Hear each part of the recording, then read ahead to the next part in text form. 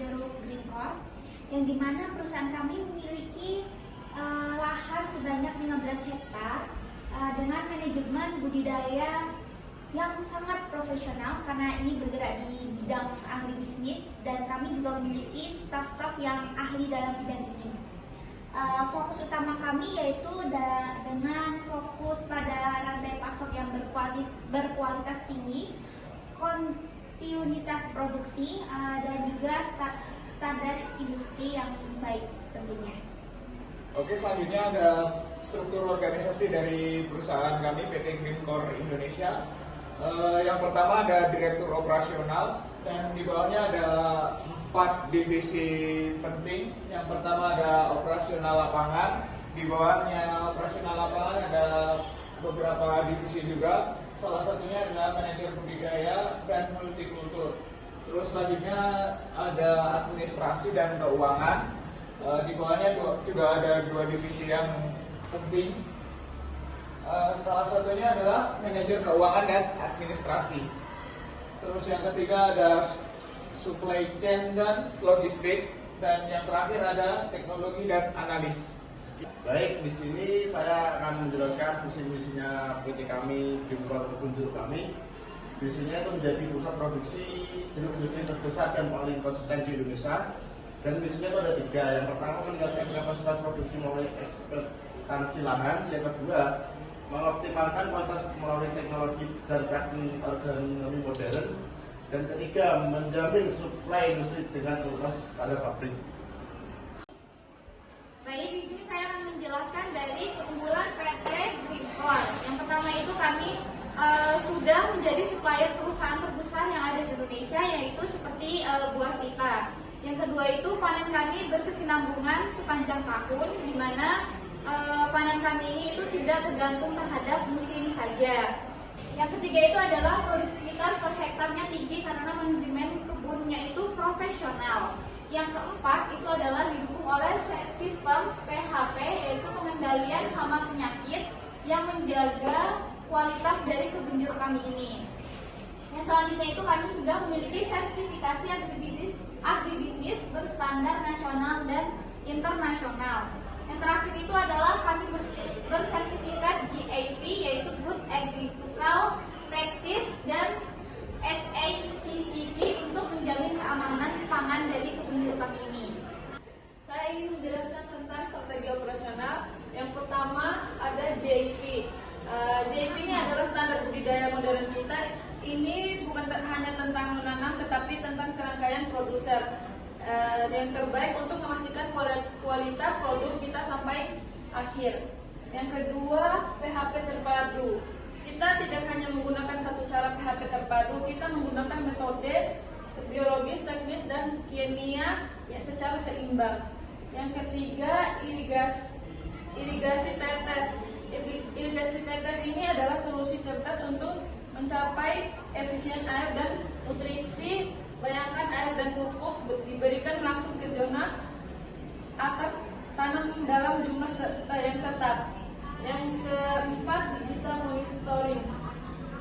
Ini adalah mata dan otak sistem kita. Kita akan memanfaatkan teknologi untuk memantau pertumbuhan cuaca dan potensi hama.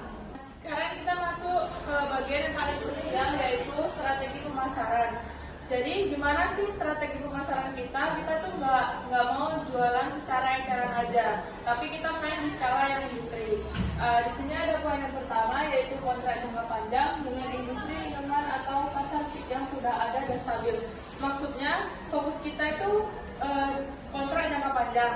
Kita nggak perlu pusing nyari pembeli tiap hari karena kita langsung supply ke industri yang sudah ada. Intinya pasar itu sudah jelas, ada, dan stabil. Jadi aliran dana kita tetap terjamin. Poin yang kedua yaitu peluang memperluas jaringan ke industri FMCG. Maksudnya kita nggak mau berhenti di situ aja. Kita mau peluang besar kita untuk melebar sayap ke industri FMCG atau barang konsumsi lainnya. Bisa ke industri jeruk atau produk makanan olahan lainnya. Jaringannya masih sangat luas untuk digarap. Yang ketiga ada brand branding sebagai kebun jeruk premium berstandar industri.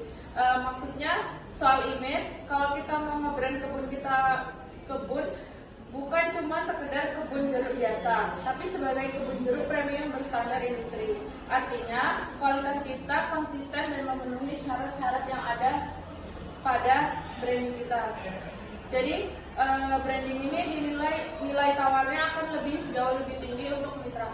Bapak Ibu investor yang kami hormati, di slide ini kami jelaskan tentang kebutuhan investasi di kebun jeruk PT Greencore.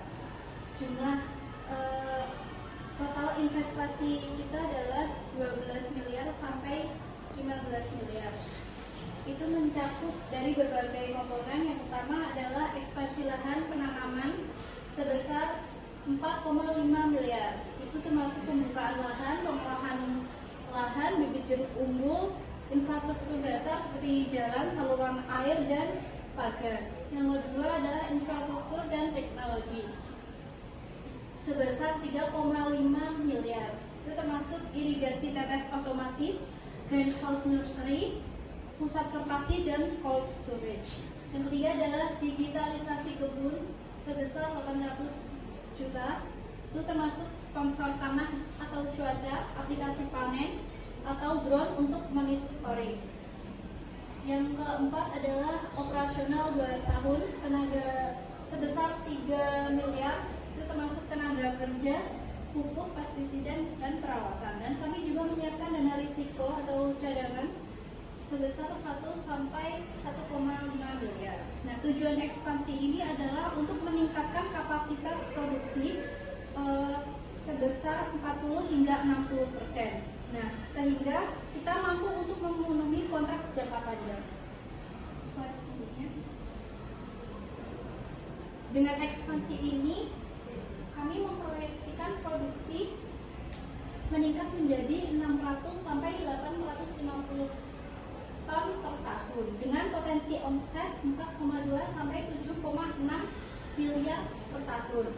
Dan dengan laba bersih sekitar 1,8 sampai 3,2 miliar, sehingga estimasi pengambilan modal atau ROI berada pada kisaran 3 sampai 5 tahun. Baik, untuk slide selanjutnya itu ada dari kami perusahaan, yaitu penawaran skema investasi dari perusahaan kepada investor.